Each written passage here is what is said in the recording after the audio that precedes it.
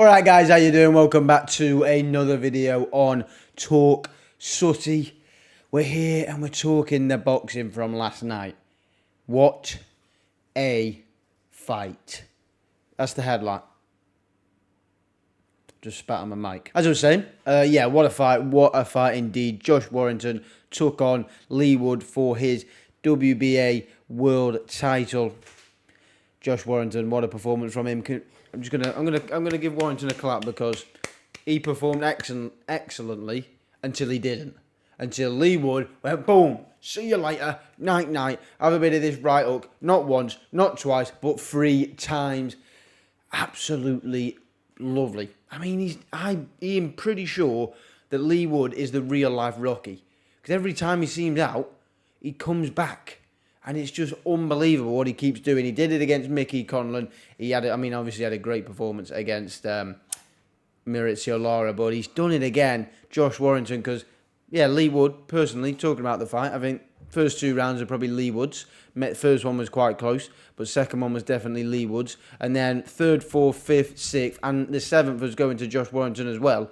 Or Josh Warrington, and he was hurting Leigh to the body and to the head. Leigh was hurt multiple times in that fight, and oh my days, he produced an absolute insane comeback, and what a finish. Devastating right hooks from the southpaw position. I was calling it on the live stream last night. I said he is going to try and look for that right hook to the head.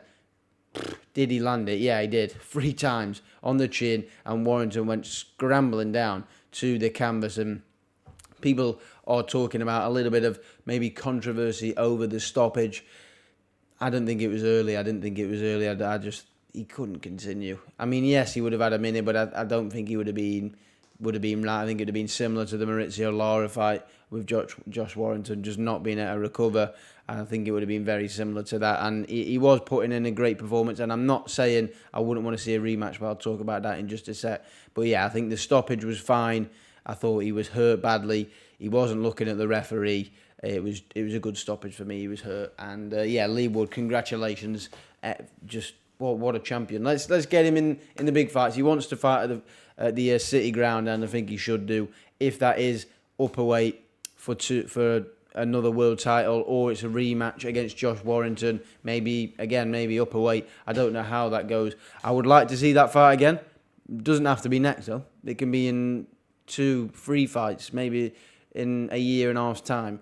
Obviously, they are on the past, not past it, but they're getting older, so they haven't got much fights left, both of them in their careers. I don't really know where Josh Warrington goes from here, considering if he can't get the immediate rematch, then I don't know where he goes.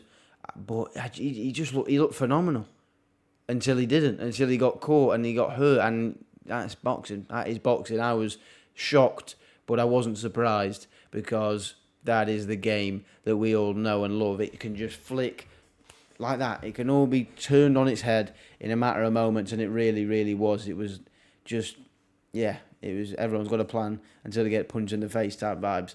I mean, it was unbelievable. Really, really was. But yeah, I don't know where Josh Warrington goes from here. Does he... I don't know. Yeah, seriously, I don't know. I think he's just really got to hope that he can get the rematch, and maybe they do an immediate rematch, and then Leigh fights for a world title upper weight or whatever. I don't know what happens there, but there's plenty of options for Leigh. He can stay at featherweight. I don't think he will. There's already talk that this was the last fight, so it looks like he will go up, but there's plenty of options. He can go up, fight for another world title, and then maybe unify that division, or unify a few belts in that division, or fight Josh Warrington again. It'd be a big money fight, because that fight last night was incredible. It really, really was. And hats off to both of them, because they put in great performances. Josh Warrington's body and head work was just very good. The pressure was very, very good. I thought we were gonna get a Josh Warrington stoppage. He was fighting that well. I thought Leigh was tiring. He didn't like the shots to the body. He was getting hurt upstairs. His legs he just looked slow, stiff, heavy on his feet. His chin was getting just caught every single time when he was going back with his chin up. And his jab didn't look like anything. His power, he was putting too much power in his shots, which I just thought was stupid. until it wasn't stupid, and then he absolutely cleans him out. But yeah, I thought Josh Warrington performed well. So I don't think his stock drops drastically, but it's just where'd you go? I don't know. I'm off the top of my head, I can't think of fights that you can do, but there was no talk of Warrington like moving up in weight, so maybe he fights in that weight again.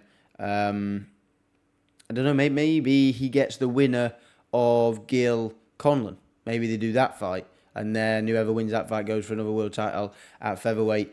But yeah, we're just gonna have to see with Warrington. But I'd definitely like to see that fight again. Like I said, maybe not next, but at some point before they end their careers, because it was an absolute belter. And I have been asking for a belter for a while, and on the live stream last night, I was just like, please, all the big fights this year have been one-sided fights. They've not been 50-50s. Well, they have been 50-50s, but the actual fight has not been back and forth and an absolute scrap. But last night it was. We had Leigh having the first 2 rounds, Warrington then taking over, looking like he might get a finish, and then boom, knocked out cold, 7th round right at the end, and the bell had gone, but he wasn't able to continue, and that's what I just love about the sport. I mean, those are the fights that just make me just appreciate the boxing gods. I mean, it was a great fight to be a fan of, and especially I was a neutral. There was no preferences. I like both fighters, but I wouldn't be bothered who won and who lost. And it was just a perfect fight for me personally, and a lot of other people, I'm assuming, will think the exact same. Other fights on the card, I'm just trying to think. Who was the co-main? Obviously, Terry Harper versus Cecilia Braekhus. That was interesting because there's a lot of people saying it was controversial with the scorecards, but for me personally, I wasn't too fussed with the draw. I initially, when I was watching it on the live stream, and I still do think it was 6-4 to Terry Harper, but I was not at all bothered with a 5-5 draw for the two other scorecards. I really wasn't fussed about it. I said it was close. It could be 5-5. I did say that before the decision got announced, and two of the scorecards were a draw, and I don't see a problem with it. I mean, Eddie Hearn was going like, this is an outrage and stuff. He was giving it the Barry McGuigan, but I just thought he needed to calm down. What I did think was 7-3 to Terry Harper was a bit contentious. The most was 6-4, and like I said, it was close. So could have gone either way, and instead it went right down the middle. So I don't know. I don't even know if they're going to run it back. They're talking about Terry already going back down in weight to 147, maybe because she was a lot lighter at the weight on the weigh-ins on Friday. So maybe she does that. Maybe she tries to go for a world title there. We'll see. I mean, there's options for both fighters. I don't know why they don't just run it back and then they make a decision. But I don't know what they'll do. But it was a scrappy fight. It wasn't anything too special. It was scrappy, and it wasn't as good as the main event. Let's just say that. And other fights on that card, all other fighters, should I say? Hopey Price, great performance from him. I thought he showed heart, and he also showed intelligence, because the way he stepped it up in the last few rounds, and then to get another knockdown in the 11th, and then 12th, get knockdowns and a finish, I thought that was a very intelligent, smart, and spiteful performance from him. And I hope he keeps just going up the ranks. Hope he keeps going, and it'd be interesting to see where he ends up. But if you didn't see, there was a few fights that got announced last night. There was a next gen card that got announced, with Pat McCormack headlining, and then also a fight in Belfast between Michael Conlon and Jordan Gill. I think they're two very nice cards. Both cards look very, very stacked, very, very nice.